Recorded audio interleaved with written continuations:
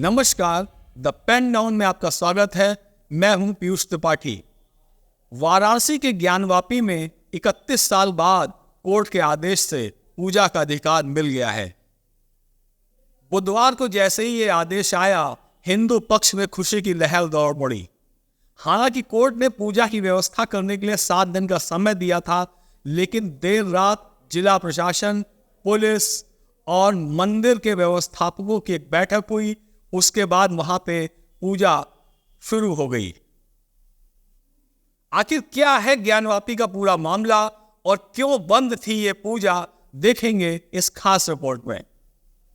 Court का आदेश आने के बाद वाराणसी के ज्ञानवापी में व्यास तहखाने में 1 फरवरी की रात 2 बजे से पूजा शुरू हो गई है।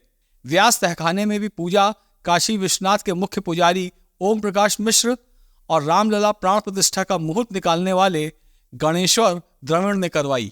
देर रात पूजा शुरू होने की सूचना जब लोगों को मिली तो सुबह से ही दर्शनार्थियों की भीड़ मंदिर के बाहर पहुंचना शुरू हो गई।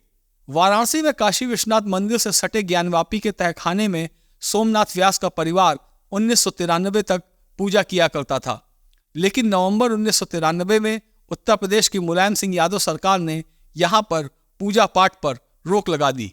पंडित सोमनाथ व्यास के नाती शैलेंद्र पाठक ने तहखाने में पूजा पाठ पर लगी रोक को हटाने को लेकर कोर्ट में एक याचिका दाखिल की, जिस पर सुनवाई करते हुए जिला जज वाराणसी की अदालत ने 31 जनवरी 2024 को ये रोक हटा ली और फिर से पूजा पाठ की अनुमति दे दी। ज्ञानवापी के तहखाने में पूजा पर रोक मुलायम सिंह यादव ने लगाई थी।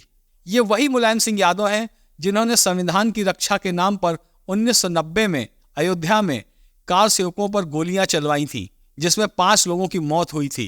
1991 में जब राम मंदिर आंदोलन चरम पर था तो केंद्र की नरसिंह राव सरकार पूजा स्थल अधिनियम के नाम से एक कानून ले आई, जिसमें यह व्यवस्था की गई कि 1947 से पहले अस्तित्व में आए धर्म स्थलों पर यथास्थिति बरकरार रखी जाए।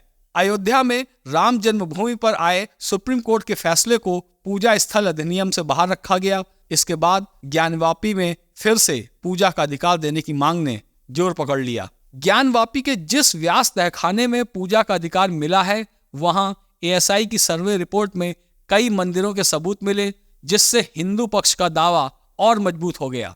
31 जनवरी को फैसला आने के बाद हिंदू पक्ष के वकील विष्णु शंकर जैन ने कहा कि भगवान नंदी जहां पर विराजमान है, उसी के ठीक सामने व्यास तहखाना है।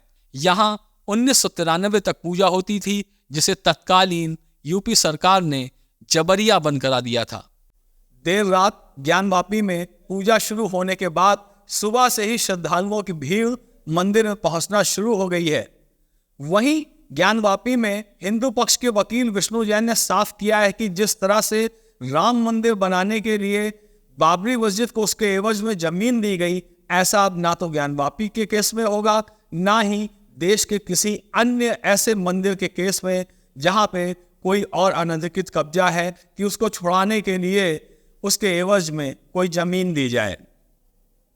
आप हमारे साथ इसी तरह बने रहें और हमारे चैनल द पेन डाउन को लाइक, सब्सक्राइब जरूर करें और बेल आइकन भी दबाएं। नमस्कार।